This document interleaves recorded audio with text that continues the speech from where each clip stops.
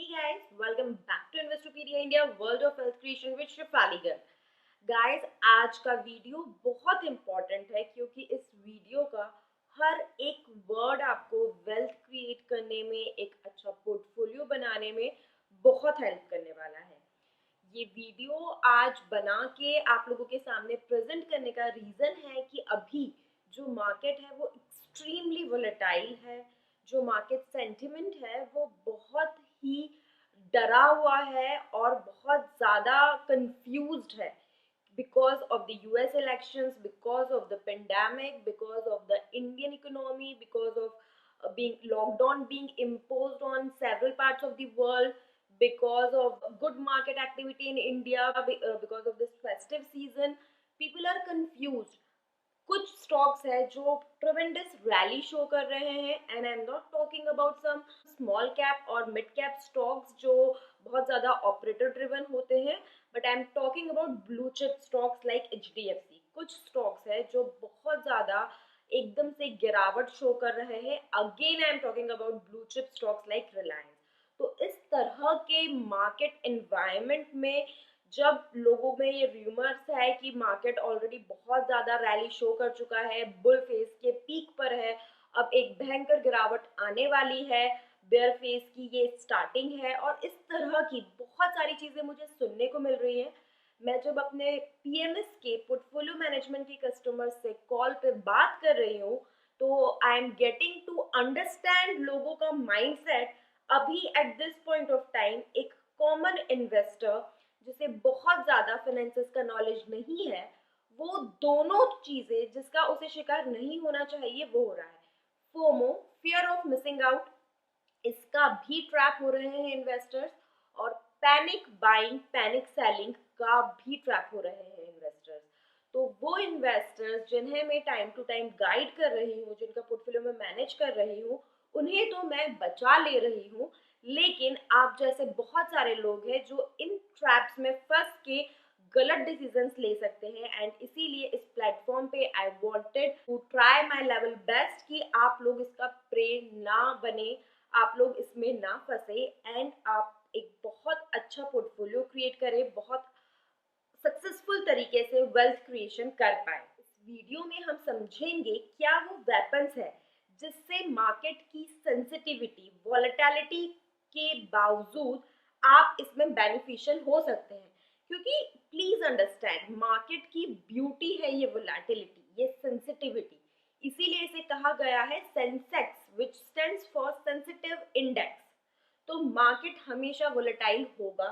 Market volatile होना बहुत important है, तभी आपको ग्रोथ मिलेगी। लेकिन कैसे आप वोलेटाइल मार्केट के बाद भी बेनिफिशियल हो सकते हैं वो हम इस वीडियो में डिस्कस करेंगे। एक बहुत इम्पॉर्टेंट चीज़ वीडियो के एंड में हम डिस्कस करेंगे कि कैसे सिर्फ 10 लाख रुपीस का इन्वेस्टमेंट 100 करोड़ में कन्वर्ट हो सकता है, जो इन actual terms is wealth creation. तो यस, हम बात करेंगे कि कैसे आप wealth and enormous wealth create कर सकते हैं। 10 लाख आप में से बहुत सारे लोग इन्वेस्ट कर सकते हैं, लेकिन अपने लाइफ स्पैन में 100 करोड़ का वेल्थ हर कोई क्रिएट नहीं कर पाता। जो कर लेते हैं वो टॉप रिच लोगों में आते हैं दुनिया की। सो this is possible but is not very easy. इसलिए वीडियो पूरा ध्यान से देखिए और हर एक चीज़ जो मैं आपको इसमें बता रही हूँ उसे समझ के अपनी लाइफ में इम्प्लीमेंट करने की कोशिश कीजिए। तो आइए स्टार्ट करते हैं आज का हमारा ये वीडियो। लेकिन इसके पहले कुछ रिक्वेस्ट, आपने अगर चैनल अभी तक सब्सक्राइब नहीं किया है, प्लीज़ आई रिक्वेस्ट यू, नीचे बेल बटन और सब्सक्राइब ये दोनों प्रेस करके प्लीज़ चैनल सब्सक्राइब कीजिए। अगर आप चैनल सब्सक्राइब करते हैं तो इस तरह के वीडियोस जब मैं अपलोड करती हूँ आपको इमिडिएटली नोटिफिकेशन आएगी और आप देख पाएंगे। और ये जो मार्केट रिलेटेड वीडियोस होते हैं इसमें टाइमिंग इज़ वेरी इंपॉर्टेंट। इसके अलावा अगर आप चैनल सब्सक्राइब करते हैं, वीडियो को लाइक करते हैं, शेयर करते हैं, कमेंट करते हैं, इनसे आपको कोई भी पैसा आपका खर्च नहीं हो रहा है, ना मुझे कोई कमाई हो रही है, but this is just a gesture. आपका एक जेस्चर जिससे मुझे ये पता पड़ेगा कि आपको ये इनिशिएटिव्स, ये मेहनत मेरी पसंद आ रही है and this then motivates me a lot कि मैं आप लोगों के लिए और इस तरह की रिसर्च करूं कि किस टॉपिक पे मुझे वीडियो बनाने चाहिए, अच्छे अच्छे वीडियोस बनाऊं. So please guys, if you are watching it, if you are liking it, please do subscribe, please do like, please do share, please do comment. Now अगर आप लोग कोई मेंबरशिप लेना चाहते हैं, नीचे ज्वाइन बटन प्रेस करके ले सकते हैं, या फिर portfolio management services, liquid management services के लिए आप हमें मैसेज कर सकते हैं इन्वेस्टोपीडिया इंडिया 0@gmail.com पे या नीचे कमेंट बॉक्स में. इसके अलावा अगर आप कोई किड्स चैनल देखना चाहते हैं तो प्लीज चेक वर्धी style show out. So people who are commenting on my previous videos कि मैम जो आपने अभी रिकमेंडेशन दिया था, एक्सेल टेक्नोलॉजी दिया था, इट्स नॉट परफॉर्मिंग, इसके बारे में बताइए, या फिर M&M फाइनेंशियल दिया था, नॉट परफॉर्मिंग, इसके बारे में बताइए.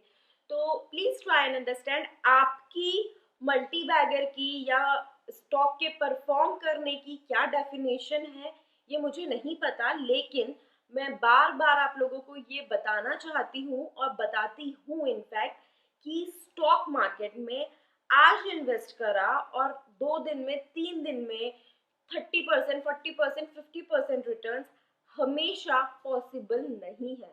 अगर आप इस माइंडसेट से मार्केट में हैं तो at some point of time, whether you follow me or you follow anyone, आप डिसअपॉइंट होंगे. And in fact if you don't follow anyone और आप अगर इस तरह के माइंडसेट से मार्केट में काम करते हैं तो आपको लॉसेस भी हो सकते हैं.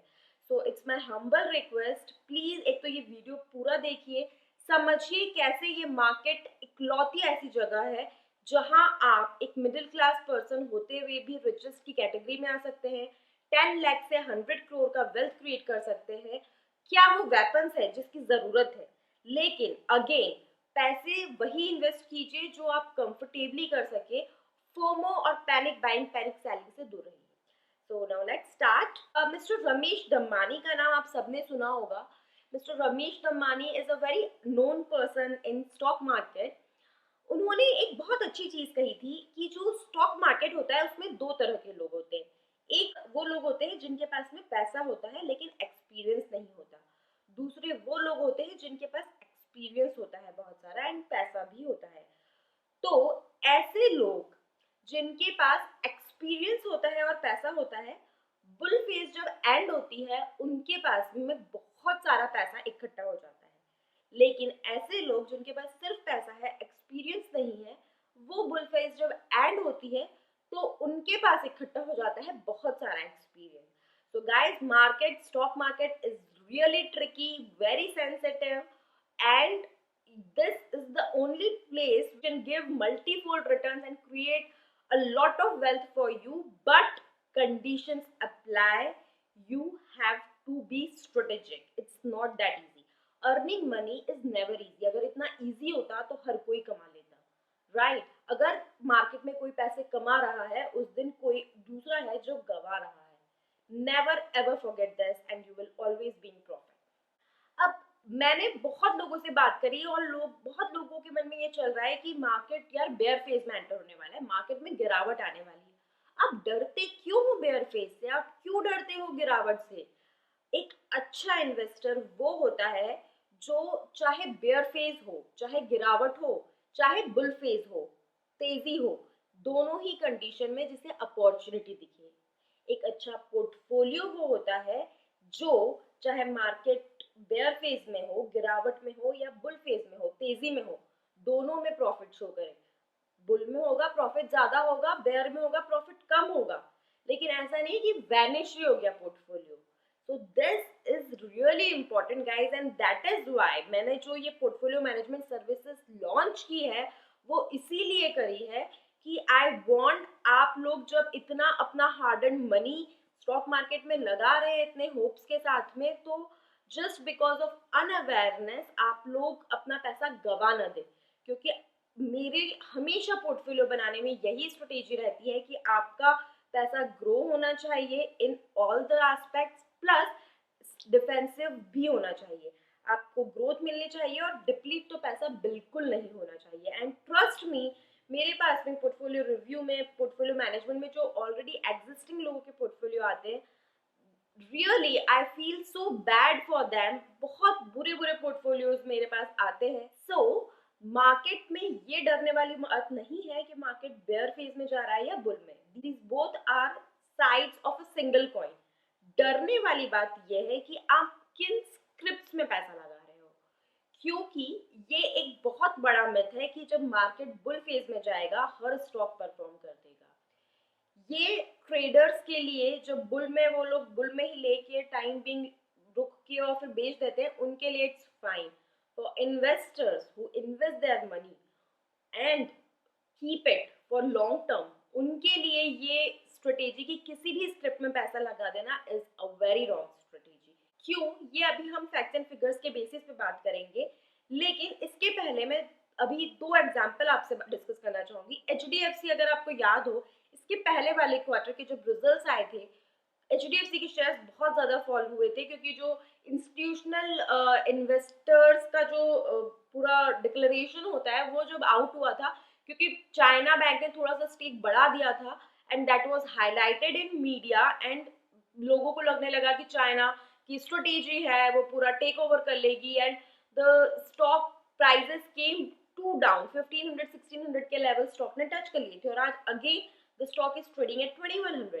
सिमिलरली अगर हम रिलायंस इंडस्ट्रीज की बात करें, रिलायंस इंडस्ट्रीज के ये इस क्वार्टर के रिजल्ट्स पिछले क्वार्टर के कंपैरेटिवली थोड़े खराब आए हैं। आई अग्री, क्योंकि पिछले क्वार्टर में उनके पास में बहुत सारे इन्वेस्टमेंट्स भी आए थे। उसके अलावा इस क्वार्टर में उन लोगों ने थोड़े से पिछले क्वार्टर के कंपैरेटिवली कम प्रॉफिट शो करे, that's fine.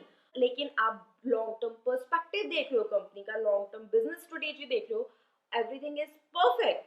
JioMart platform is very opportunistic platform, उसमें हमें बहुत प्रॉफिट्स हो सकते हैं, जियो में बहुत प्रॉफिट्स हो सकते हैं, 5G स्पेक्ट्रम पे काम कर रहे हैं। So the company is strong, management is strong. Second, rumours है मार्केट में कि मिस्टर मुकेश अंबानी कोई तबीयत खराब है, वो लंदन में है, ट्रीटमेंट ले रहे हैं।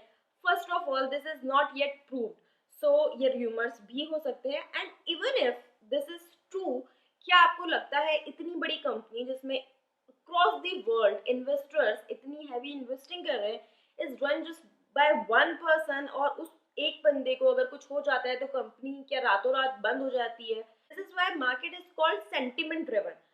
सेंटिमेंट आता है और अच्छे से अच्छे स्क्रिप्ट ऐसे इस तरीके से नीचे आ जाती है, बहुत ज्यादा करेक्शन उसमें आ जाता है।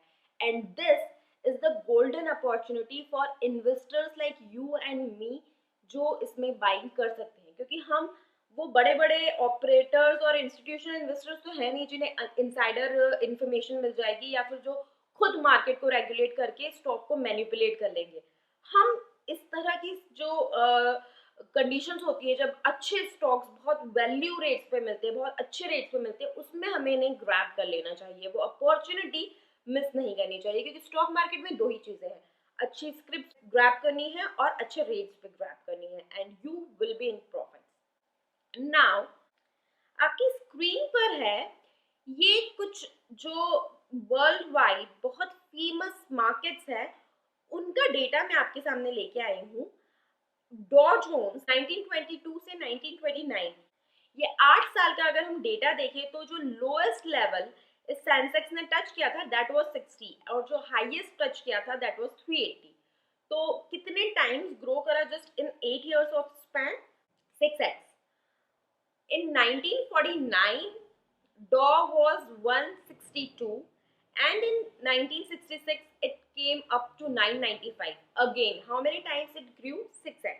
1949 was the time जब World War II खत्म हुआ था, and that is why 29 और 49 के बीच में you can see कि 29 में 380 था, and then in 49 it was 162, क्योंकि the Great Depression came here, so that is why the Great Correction।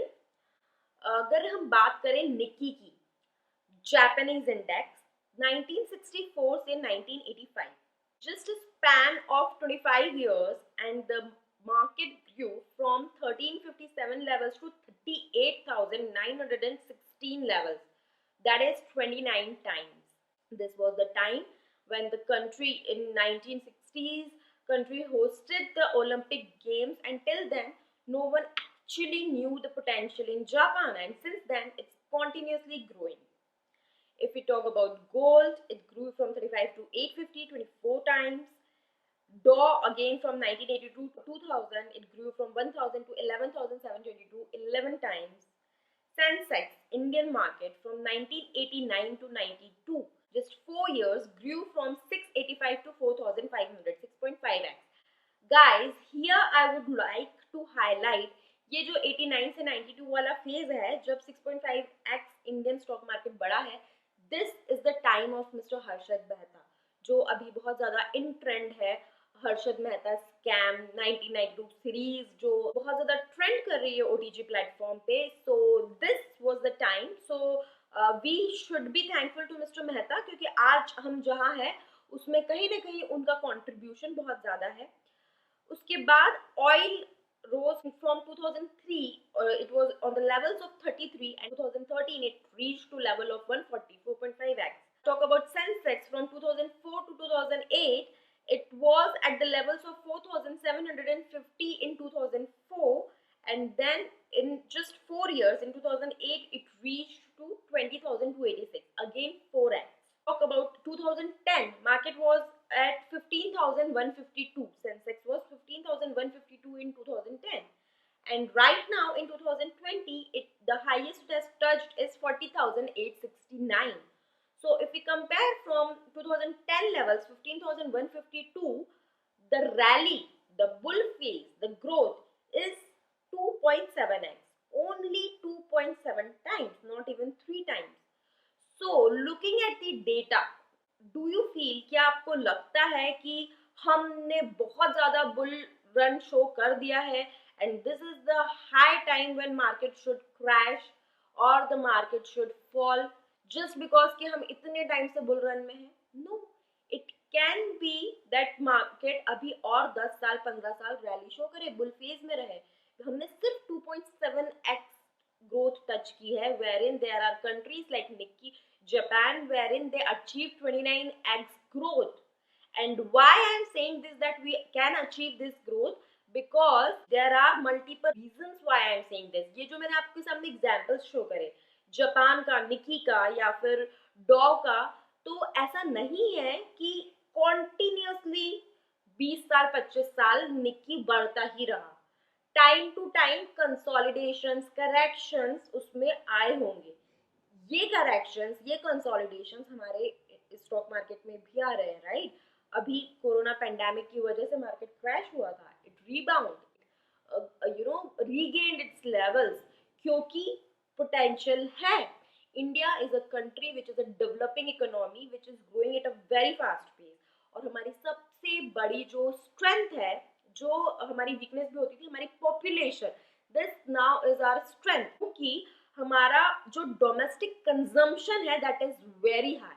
हमारा जो डोमेस्टिक डिमांड है वो बहुत ज़्यादा है. अगर हम एक्सपोर्ट नहीं भी करते चीज़ें, हमारे यहाँ अंदर जो रिक्वायरमेंट है वो बहुत ज़्यादा है. हमारे यहाँ जो वर्किंग एज में जो एज ग्रुप है, जो वर्किंग लोग होते हैं, वो बहुत ज़्यादा है. सीनियर सिटीजन और चिल्ड्रन उससे बहुत कम है. चाइना में जो एज ग्रुप है लोगों का एवरेज, वो बहुत ज़्यादा है एज कम्पेयर टू इंडिया. सो ऐसा नहीं है कि मार्केट में करेक्शन नहीं आ सकता. टाइम टू टाइम मार्केट में कंसोलिडेशन, करेक्शन आएगा, बट हमारे लिए वो गोल्डन अपॉर्चुनिटी होगी अच्छे स्टॉक्स को एक्यूमुलेट करने की, वैल्यू बाइंग करने की, क्योंकि जो बहुत बड़े बड़े लेवल्स पे आप ले रहे हो तो आपको उसमें ग्रोथ देखने में टाइम लगेगी. अगर आप सही लेवल्स पे ले रहे हो तो आपको जल्दी ग्रोथ दिखेगी. There is consolidation, correction, it's an opportunity. मार्च में जिन्होंने बाइंग की होगी उनको अभी बहुत अच्छे प्रॉफिट्स मिल रहे होंगे, so that was an opportunity, right? Indian market का आप सेंटिमेंट देख सकते हो कि अभी जब वर्ल्ड में बहुत सारी जगह लॉकडाउन लग रहा है, लोग इतने डरे हुए हैं, हमारे इंडिया में लोग बिना मास्क के दिवाली सेलिब्रेशन के लिए, शॉपिंग करने के लिए मार्केट में है. So the local requirement of the people, local markets, local need of the people is really a boosting potential in Indian economy. But क्या इसका मतलब ये है कि आप आंख बंद करके कोई सी भी स्क्रिप्ट बस लेते जो एक्यूमुलेट करते जो हर लेवल्स पे और आपको ग्रोथ मिल जाएगी? Answer is no. क्या इसका मतलब ये है कि आप सिर्फ ब्लू चिप कंपनीज है उनमें इन्वेस्ट करते जाओ तो आपको डेफिनेटली ग्रोथ मिल जाएगी? Again the answer is no. Let me tell you why. 90 years का हम स्पैन लेते हैं 1926 से 2015, क्योंकि मुझे 2015 तक का ही डेटा मिला डॉ में, there were 25,782 companies which were being publicly traded in US. Since 1926, Dow went up to 25,000 from 166. But only 4% of the companies have accounted all this gain. मतलब 166 से 25,000 तक की जो ग्रोथ डाउ ने शो करी है, यही ग्रोथ रेप्लिकेट की सिर्फ 4% कंपनीज ने 25,782 में से। इनफैक्ट सिर्फ 30 स्टॉक्स ऐसे थे जिनने इसमें से 33% ग्रोथ भी शो करी। कई ऐसे स्टॉक्स थे जो डीलिस्ट हो गए, कई ऐसे स्टॉक थे जिन्होंने नेगेटिव रिटर्न्स भी दिए। सो इट्स नॉट कंपलसरी कि अगर सेंसेक्स ओवरऑल बढ़ रहा है तो आपको कोई भी स्क्रिप्ट रिटर्न्स देगी। And here comes the importance of a good portfolio manager. या तो आप खुद बहुत इन डेप्थ रिसर्च करके अपना पोर्टफोलियो क्रिएट कीजिए, स्क्रिप्ट सेलेक्ट कीजिए, और अगर आप नहीं कर पा रहे हैं तो हर किसी फ्रेंड की एडवाइस पे या किसी की एडवाइस पे मत लीजिए। Please, I am not saying कि आप हमसे ही पोर्टफोलियो मैनेजमेंट सर्विसेज लीजिए, बट अगर आप लॉन्ग टर्म के लिए पोर्टफोलियो क्रिएट कर रहे हैं, अपना हार्ड एंड मनी लगा रहे हैं, तो आप किसी से भी, जो एक अच्छे पोर्टफोलियो मैनेजमेंट कंपनी हो, किसी से भी, हमसे या किसी से भी आप पोर्टफोलियो मैनेजमेंट सर्विसेज लीजिए, ताकि वो थोड़ी सी फीस आपको बहुत सारे लॉसेस से बचा सकती है, इनफैक्ट बहुत अच्छे रिटर्न्स दे सकती है। डॉ में जब ये growth I in these 90 years, सबसे ज्यादा रिटर्न्स किस कंपनी ने दिए आपको पता है?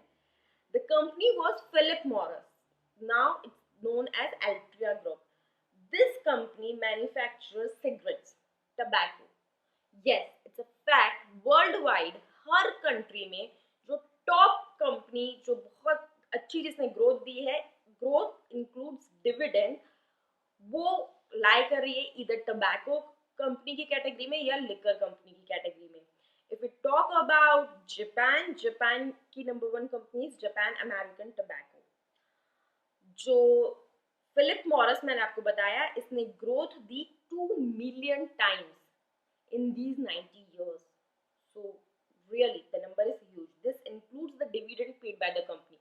And in India also, ITC is the highest dividend paying company.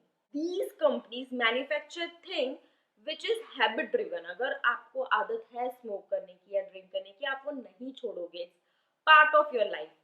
अगर गवर्नमेंट उस पर टैक्सेस बढ़ा देती है, ये अपने प्रोडक्ट पे उसको कवर कर लेते हैं, प्रोडक्ट का रेट बढ़ा देते हैं, तो जिनको वो चीज़ लेनी है, कंज्यूम करनी है, वो बढ़े हुए रेट्स पे भी लेंगे।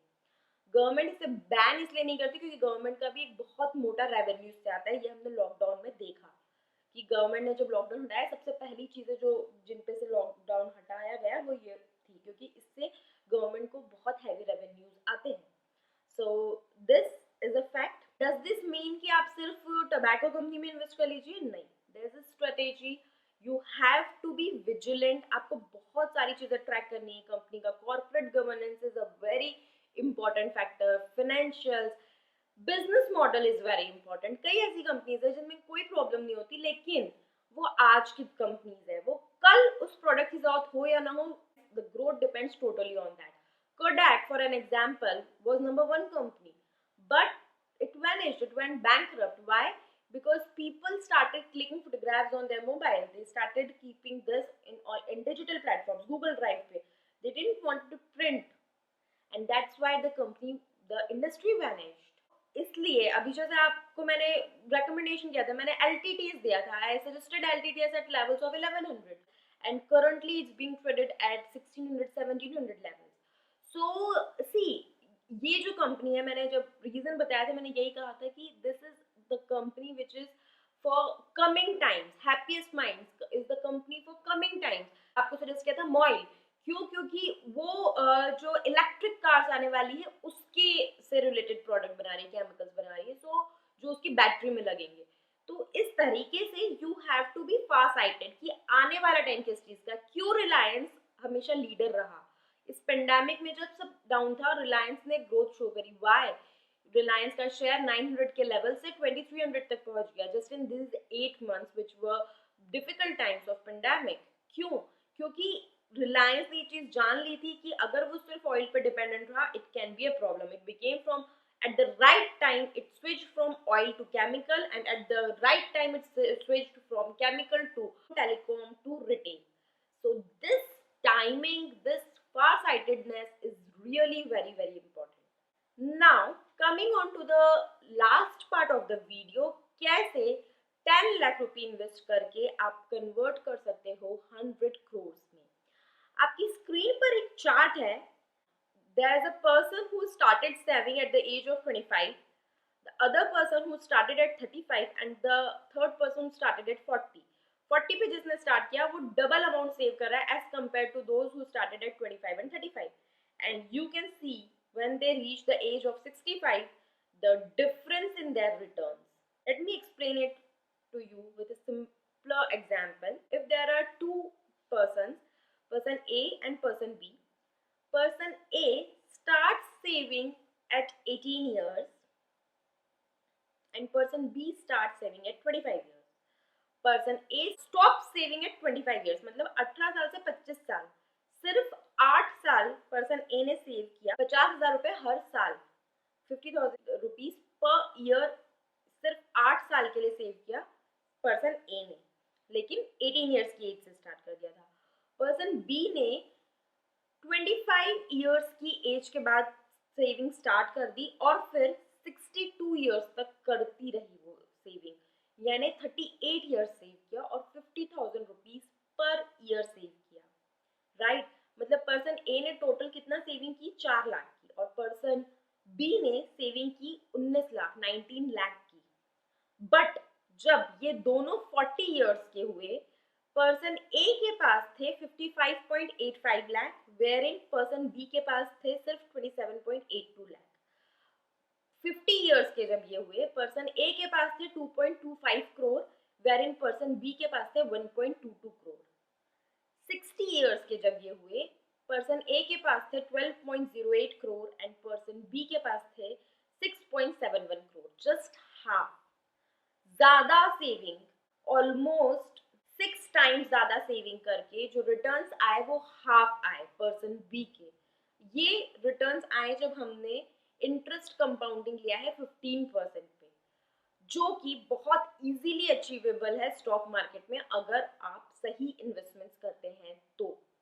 सो this is the power of compounding. Let me explain it to you in much more simpler way. For example, if you at the age of 25 or 30 save rupees 10 lakh, एक बार आपने अपना काम किया, 25 साल से 30 साल तक आपने जॉब की, 10 लाख रुपए आपके सेव हुए, वो 10 लाख रुपए आपने स्टॉक मार्केट में अच्छी स्क्रिप्ट में, ऐसी स्क्रिप्ट में लगा दिए जो हर 3 साल में डबल हो जाती है, बोनस दे देती है, वैल्यू ग्रो कर जाती है, डबल हो जाती है, ठीक है।